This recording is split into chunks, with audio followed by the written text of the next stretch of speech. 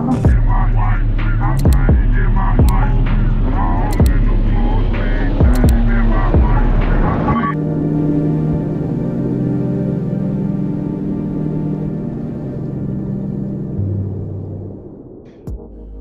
to the 4-part build series on my S13 Silvia, or rather my PS13 Silvia. For those of you who don't know who I am, my name is Rob. I'm a video technician, lighting technician, and camera operator by trade. I'm also a very avid 90s Japanese car nerd. And in this episode, we're going to go over how I became the owner of my S13, what's all done to the car, and also what you can expect in the future episodes to come, without giving any spoilers away too much. Yeah, so with that being said, let's dive on into it.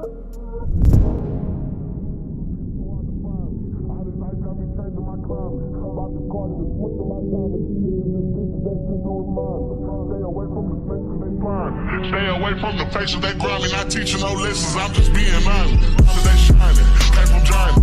It ain't never been too hard to find me. All this life got me changing my climate. About this quarter to switch on my time.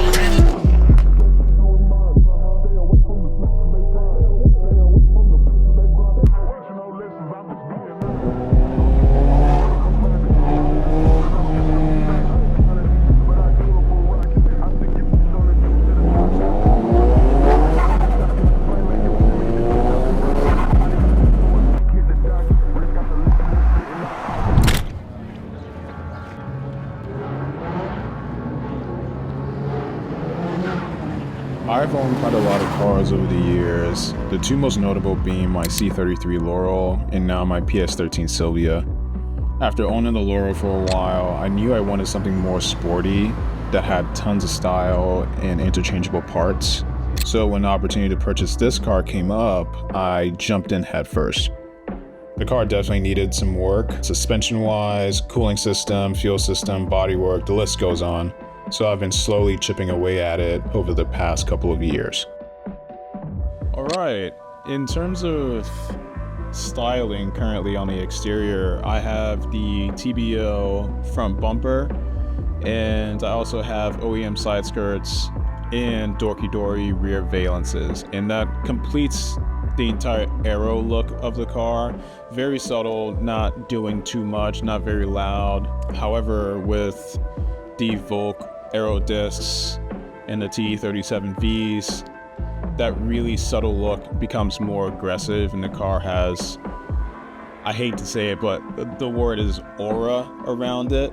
So it gives off a much more 90s racing, 80s, like late 80s racing look to it. And I feel like that really complemented the car overall.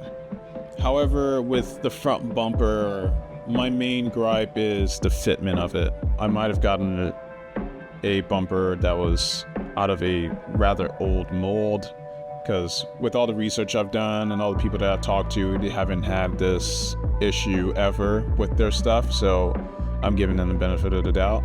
That's one of the pieces that's going to be getting replaced. Suspension-wise, it is fully adjustable. All the arms you can imagine has been pretty much done to this car, and it also has the full Cusco catalog built into it as well. And couple that with the amount of bracing that has gone into the chassis. As it sits right now, the chassis is very stiff, but yeah, that's it for the exterior. So for the interior, I kept it pretty basic for the most part. I would say very tame. Just two bright seats. Psych, this is not a bright seat actually. This is just a Halo blank that I got off eBay, and this is purely for style points. No one come after me. I understand it is not FIA approved, I get it, but hey, purely a style thing. I also have the 330 Nardi steering wheel. I've always ran 330s. I've actually tried running 350 and it just didn't feel right. For some reason, 330s just feel very adequate. It also depends on the car. For most of the 90s stuff that I've owned in the past, it's been a 330.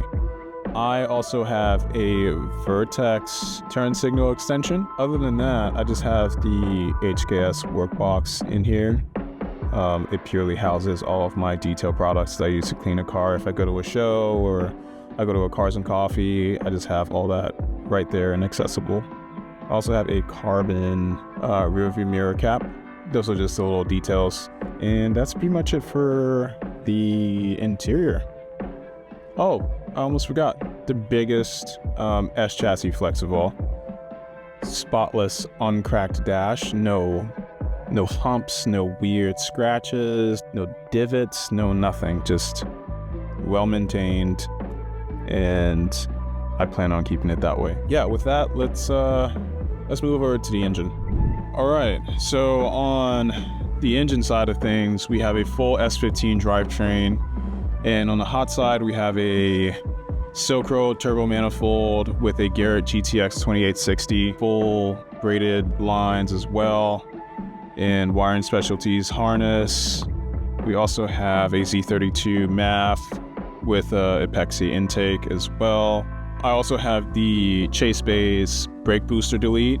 In all my years of driving, I will say having manual brakes gives you a lot more confidence than I originally thought, because I've always driven assisted brakes all my life, and going to this setup, it really changed my perspective on what's possible as far as like throttle modulation and how much more braking you can get out of your actual braking system on an amateur level. Let me be very clear. I'm not some professional driver. This is just my feedback from a street driving / toge and a couple of track days here and there. And I also have the Chase Bays power steering kit. It really cleans up all the lines. Other than that, Koyo radiator. Also have a HKS front mount intercooler as well. That's pretty much it. I like to keep things rather simple in the engine bay and engine configuration. That way I can get to enjoy the car to the fullest, because if any of you know my driving style, I don't really take it easy on my cars. That's just my philosophy when it comes to enjoying things, because at the end of the day, I worked hard. I built it with a slew of friends, so I should enjoy it to the fullest capabilities. And that's not driving 10/10ths, that's mainly driving 7/10ths of the engine capacity.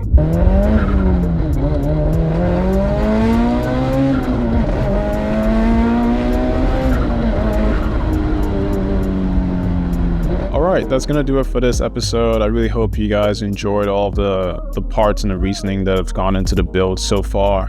And on the next episode, we're actually going to be tackling all of the engine issues that I'm currently experiencing and getting those dialed in for the dyno and whatever else testing that we have to do.